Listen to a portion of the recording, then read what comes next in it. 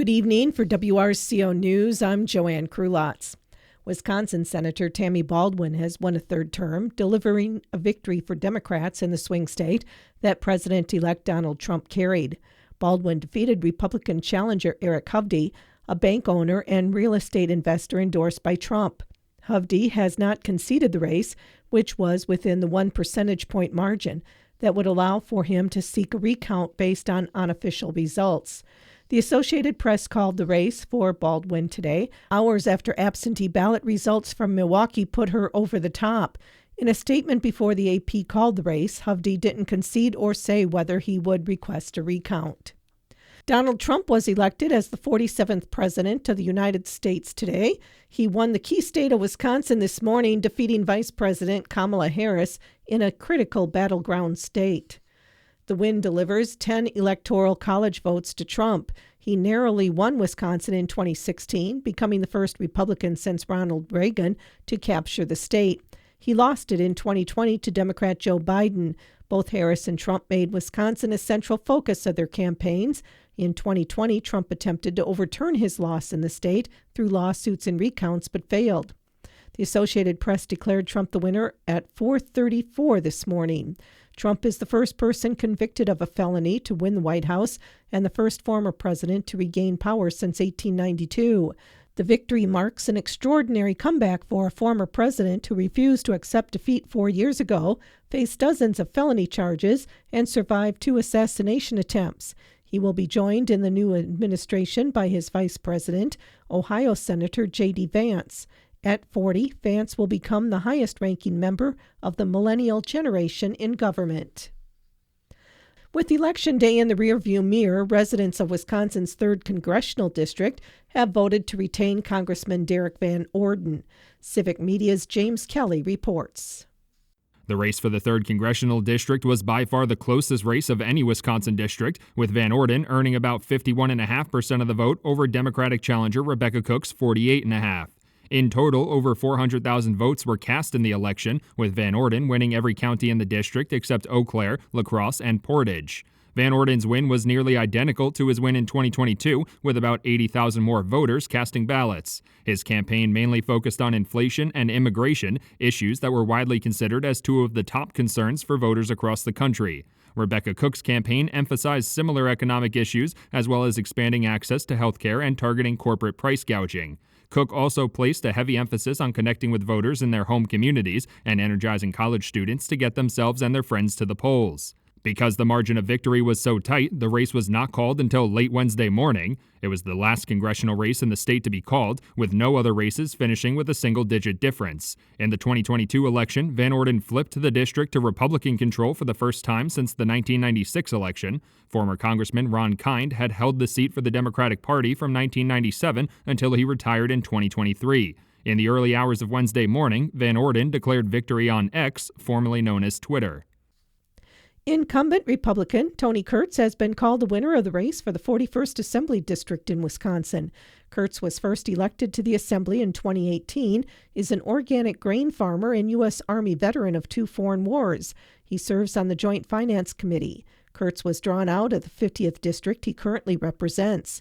Kurtz defeated Democratic challenger Julia Henley, who ran on a platform of health care and education, access, reproductive health freedom, and conservancy. Upon being re-elected, Tony Kurtz released this message. I am honored to earn the support of the wonderful people of the 41st Assembly District to be their voice in Madison. I'm proud of what I've accomplished during the 6 years I've been in office, and I look forward to continuing to be an advocate for rural Wisconsin, fighting to reduce taxes, ensuring that public safety, rural health care providers, and our family farms are getting the support they need, and finally, making sure we're properly funding transportation infrastructure, hospitals, and schools. The 41st Assembly District covers all of Richland County. Incumbent Republican Todd Novak has been called the winner of the race for the 51st Assembly District.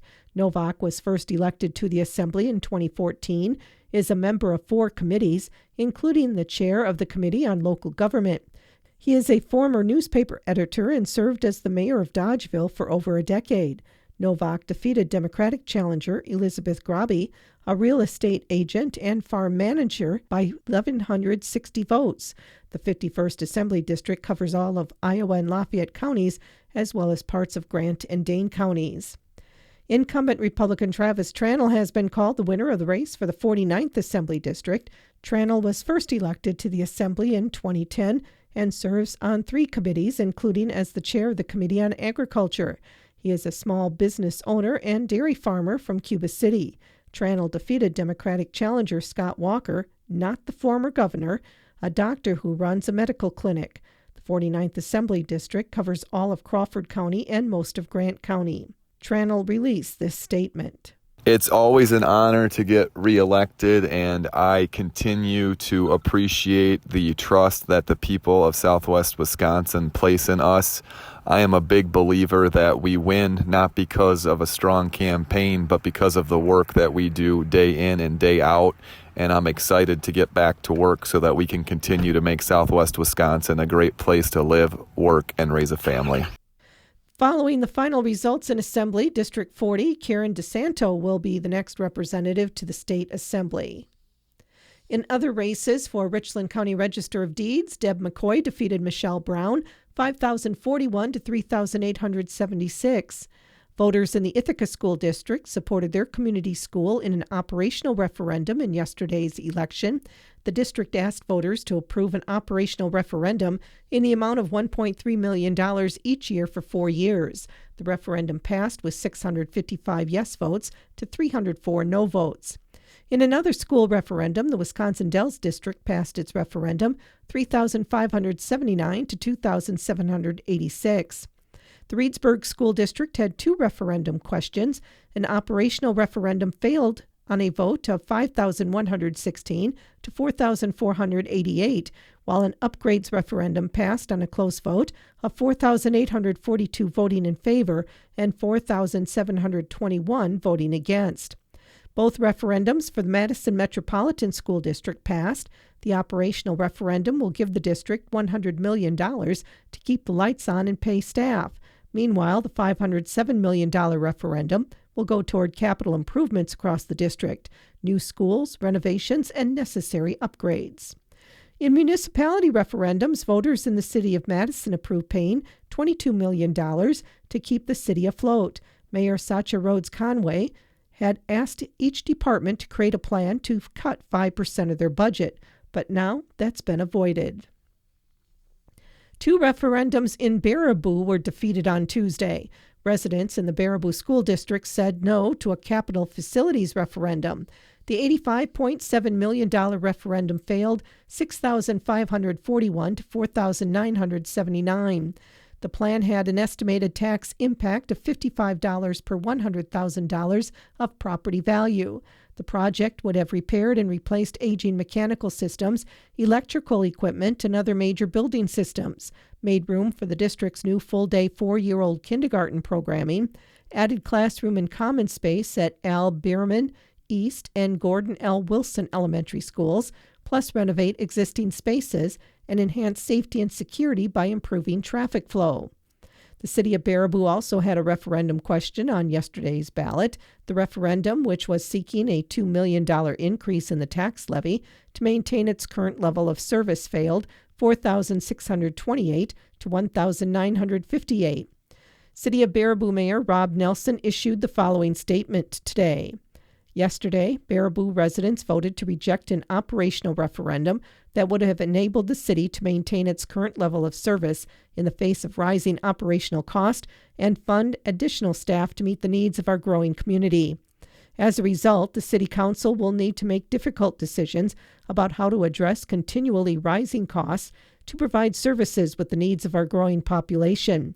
This may include reducing services and community programs Baraboo residents have come to rely on and appreciate, many of which make our community a vibrant and special place to live. The City Council will continue to review the city's programs and services going forward to determine what's financially feasible for our community. He also encourages residents to attend the city's Common Council meeting on November 12th for a public hearing and discussion on the 2025 budget. Wisconsin voters have approved a constitutional amendment that prohibits foreign nationals from voting. The amendment passed Tuesday revises part of Wisconsin's constitution that allows every U.S. citizen who is at least 18 to vote. It will say instead that only U.S. citizens can cast ballots in federal, state, and local elections in the state. Republicans across the country have been pushing voters to adopt constitutional amendments that explicitly prohibit non-U.S. citizens from voting. The move was spurred by the District of Columbia and municipalities in California, Maryland, and Vermont, allowing non-citizens to vote in local elections. The 2024 Cultural Landscape Legacies Annual Tour will begin at the historic Battle of Wisconsin Heights site from the Black Hawk War of 1832 on Saturday, beginning at 9 a.m. The site is located on State Highway 78, a short distance from Sauk City. The tour will be led by David Jestin, former Department of Natural Resources Riverway Coordinator, who was responsible for acquisition of the historic site in the early 1990s and who is a scholar of the Black Hawk War and, in particular, the famous battle fought at that location. In addition to the tour, the group will visit the Native American burial grounds on the property before traveling to Ferry Bluff for a hike to Cactus Bluff to view the landscape and the route of flight across the river taken by Black Hawk's people. Following lunch in Spring Green, the group will tour the Shot Tower at Tower Hill State Park and discuss the role of Old Helena in the Black Hawk War. A Wisconsin State Park sticker will be required for the final stop. Reservations are required and the tour is limited to the first 15 people to sign up. Contact Mark Cupp, Cultural Landscape Legacies President, by calling 608-739-3188 or by email at mark.cupp@wisconsin.gov. Cultural Landscape Legacies is a nonprofit organization dedicated to protecting and preserving rock art, earthworks, and cultural resources in the upper Midwest. For more information, go to clli.org or find CLL on Facebook. Today's winner in the Ithaca Football Boosters calendar raffle is Becca Keller.